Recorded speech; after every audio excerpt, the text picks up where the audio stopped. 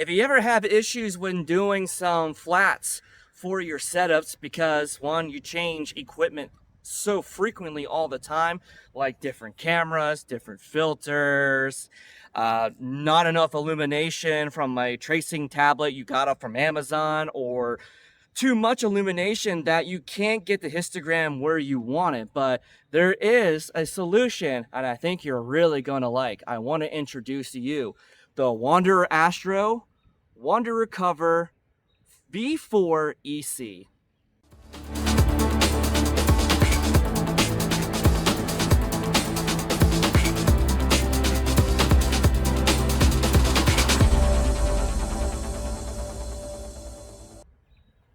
For quite a while, I've always wanted an automated system to work with my observatory whenever I finally get it done because of the terrible weather we've been seeing this year in itself. I wanted to have something that was completely automated so I didn't have to go outside and take the lens cover off, or I can go ahead and just have something right off the bat just to be able to do flats when I need to. What better than have something that completely can automate your entire system? And I recently got this WandererAstro flat panel here to work with my Newtonian telescope. So inside of the box here, you can see it's fairly nice. This is the Wanderer Cover V4-EC. This is the 190 millimeter version. Now, the telescope I am using is a 6-inch Newtonian, but the problem is they have the 150 and the 190. Now, the 150 would only just barely cover the front end of my scope. So it's always better to go a little bit bigger. It's not gonna, make a huge difference about having some light around the outside, but I do have a solution for that as well, especially for those with the 6-inch Newtonian from Skywatcher like I do. And I'm gonna be putting a dew shield on it that I make to really get this set up nice and automated. This is probably one of the last things that I need besides the actual roof being able to open itself and close. So I'm almost, I would say 95% completely automated to be able to run this observatory when it's done. So inside of the box here, you'll be able to find, the flat panel in itself. Looks something like this, and it has a little bit of a illuminated disc right here. It has a motor where you can open and close this right on command. So this one will mount right on top of your telescope here, and it will be able to open and close on command. And it can also act as a bit of a dew shield and a little bit of a lens cover. So that's what we're going to do. I'm going to take you kind of step by step on how to install one of these flat panels to your system, and it literally takes less than 5 minutes to do so, and they give you a nice clear instruction inside of the box there so you could be able to follow along with it. And then we're going to be able to do some tests running it inside of Nina for this example, so we can automate our flats and we don't really have to do much of anything. Now, this will also work, it is claimed to work with the ASI Air too. So those with the ZWO ASI Air have the luxury of being able to use a flat panel as well, since ZWO doesn't have one that's native for their products. So WandererAstro has made it to a way to be able to actually run this too. So I won't have that as an example, but I'm sure other people have tried this too, since this is going to be a dedicated Nina setup for my observatory. Okay, now I'm going to take you step by step on how to install the flat panel to my Newtonian telescope. It does come with 2 cords as well, just to be sure of how to power it. On one side here, you have a 12-volt power, 2-amp DC connector, which uses a 5.5 by 2.5 plug, which is easily used by many of the power boxes. Like I'm going to be using the SV Bunny SV21 to power the flat panel here. And on the other side, you have a USB port, which you plug that directly into your mini computer, your power box, or through your ASI Air as well. So I'm going to put this aside here for just a moment, and we're going to go ahead and install the dew shield that I made, because this is actually going to be helping keeping the awful dew off of my rig here. And you got a little bit of a bug too that wants to say hello to the video. And just using one of these this summer surprisingly has kept the dew off of my entire system, being that I'm surrounded by 3 large bodies of water. So dew is very common here. And I also sell these in my shop on Etsy too. If you happen to have a 6-inch or even the 8-inch Skywatcher Quattro Newtonian, I do have a lot of accessories for, you know, these telescopes, because they can be a little bit temperamental with some of the designs, especially like for the star spike, mirror mask, and a cover for the back. I just want to help out a lot of people too. So we're going to go ahead and take off the lens cover here, throw it out to the side, and this has a little bit of some screws, so I'm just going to lock this into place here. There we go. And you don't have to really tighten this down super hard or anything. You just have to basically thumb screw it, and it stays on there pretty well. So, all right, the dew shield is already on there. It's got to make sure that it's, you know, not tilted in any way. Make sure it's lined up pretty good.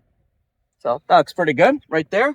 And we're going to go take our panel here. Now, included with your setup, it does come with 4 very long zip ties. They are clear, but I didn't want to use clear for this setup here because it would kind of stick out like a sore thumb. So I went to Harbor Freight and got 2-foot ones that are black, so it matches with my dew shield. You're going to need 2 of these to be able to connect it to your telescope here, which I'm just going to connect it right to my dew shield. So I'm going to go ahead and just open these right up. Come to find out that 2 feet is actually not long enough, so I have to double up on my version. But with the ones that are included with this kit, it will be big enough, trust me. So we're going to go ahead and put the one side through where this bracket is. So I'm going to go ahead and slide this right into place. I'm actually going to put this fairly close up towards the where the motor is, and then I'm going to stick the other one here right next to it, because you definitely want to have both when you put this together, so it has a nice firm area that you want to do. So there we go. Go ahead and set it up right on my dew shield here. And then we just connect the zip ties. Make sure that they're on the right side. One's closest to me. There we go. At least start off with one, so it's not flopping all over the place for you when you want to get this in place. I like to try and put it in place as best as I can, like right there, so that the entire field of view is illuminated, which you have to put into position just right. You don't want to have this too far back or too far forward, because then it won't close completely and you will have some light leaks when it comes to doing your flats. So we're going to keep doing some minor adjustments to this before we really anchor this down. So I got it pretty close. All right, we got it pretty good. So I'm going to start bringing these down pretty good. And there we go. We're pretty firm in place. I would say position it right there. Last like click or two. Cut the little access off because you don't want them in the way.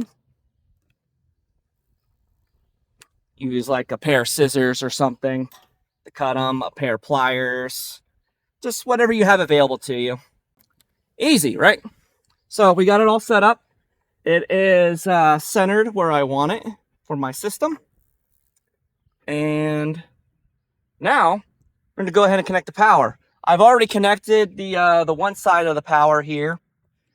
So I got the power cord, which is going to plug directly into the flat panel itself. And then I have the USB that I'll just plug in right on the side. And there we go. It is all set and ready to go. I'm going to turn on the rig here. We're going to do some testing on the computer with Nina. And we're going to see if everything works as it's intended to. Like opening and closing, make sure we have the correct drivers, updating the firmware, and all that good stuff. So I will see you inside on the computer.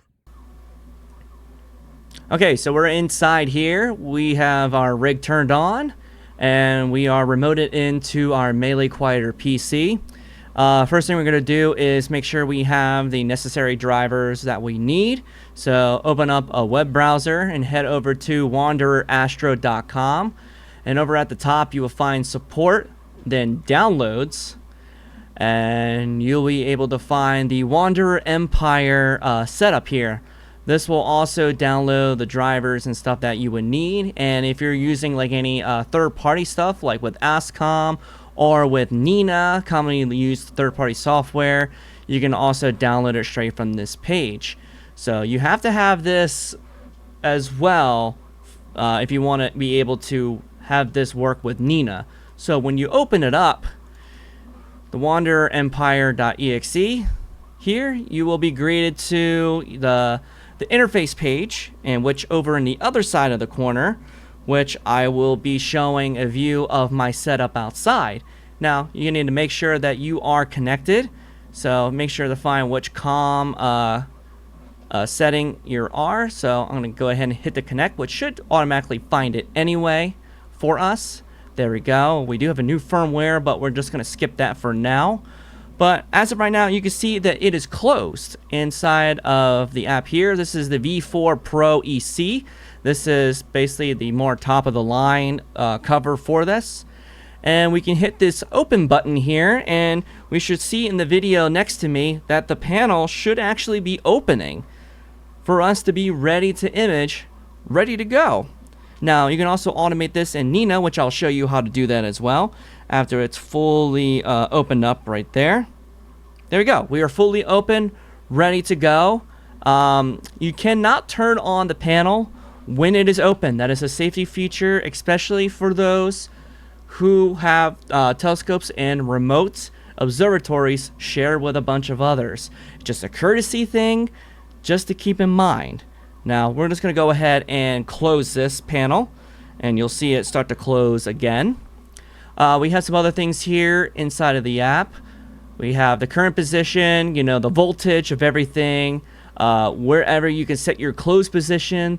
The open position, you can set it like some limiters, so you can only open up a certain distance or closing a certain way. There's also a flat panel heater, which is very interesting to me.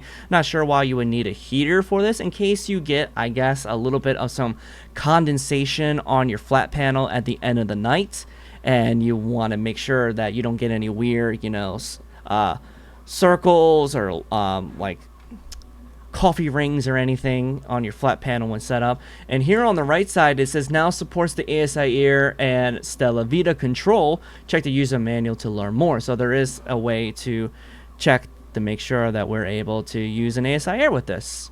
So that's just a background of the Wanderer Empire setup.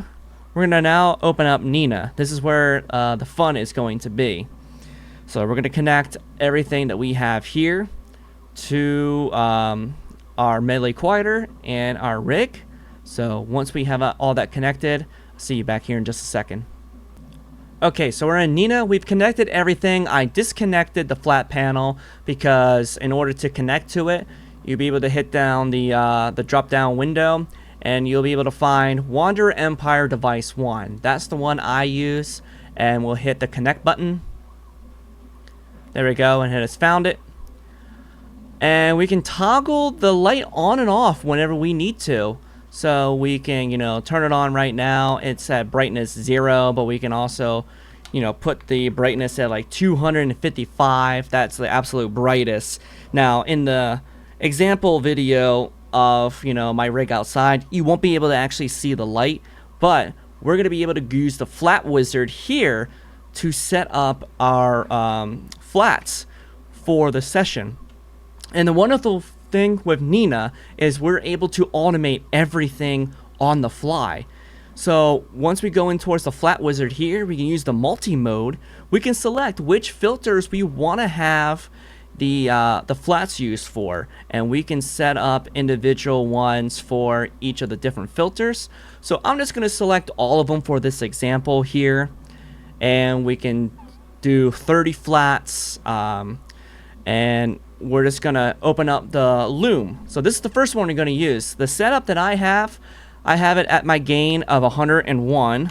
So you can set the specific gains for your camera right inside of this. The minimum flat, I do 0.1 second, and the flash max exposure is 30 seconds. Now, the problem, like I mentioned, with some of the faster focal ratio telescopes, especially when it comes to broadband, I was having a very hard time trying to dim down the light when I use like an Amazon flat panel like tracing tablet that you get for like $15-20, and I would have to put, I'm not kidding you, 5 t-shirts, and that got really annoying, especially in a session too. And then, you know, with the movements of trying to have it towards zenith and putting the flat panel on there, and I have to read polar align everything, that's just not gonna fly when I have my observatory set up. I wanted to have it as just, you know, automated as possible. So the flat panel brightness, I put it at a 1, the absolute lowest. Histogram mean target around 20, 48, 50%, halfway is usually where I like to have it, with a mean tolerance of about a 10. I have this already set up through all of my color filters here: red, green, blue, sulfur 2, which I use a different gain for that at 252 with this camera here. Flat panel brightness, I put it a little bit more at about 25, and with the O3 and HA, all are the same as well. And here's the nice part: with this completely automated, all we have to do is just scroll down here at the bottom and hit this start sequence, and it will automatically find the right exposure that I need for this setup.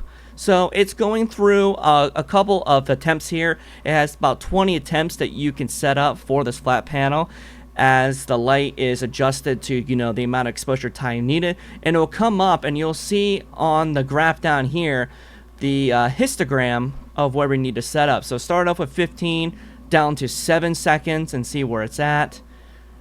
Bringing it down even more is still too bright.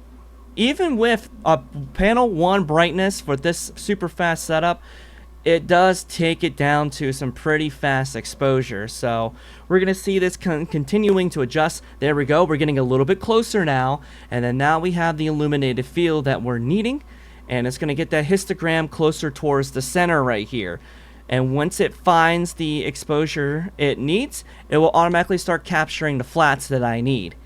So it's going to go through and stretch the image, and we say we have this nice flat field through here, and it's going to go through every single one of my filters, which is super nice. I don't have to do anything. I don't have to change the filters out for anything. It's completely automated, and I could not ask for anything more simpler than this. So this is doing the luminance image, with the luminance filter right now, and then it's going to switch over to the next filter, the red filter, and it's going to start doing the same thing. It's going to actually move the focuser position too, since I have filter offsets for my filters, since the focus is a little bit different, and it's going to go through the same routine of finding where that mean tolerance is for the exposure. So it's going to continue to go through all of this on every single one of my filters until it's completely done.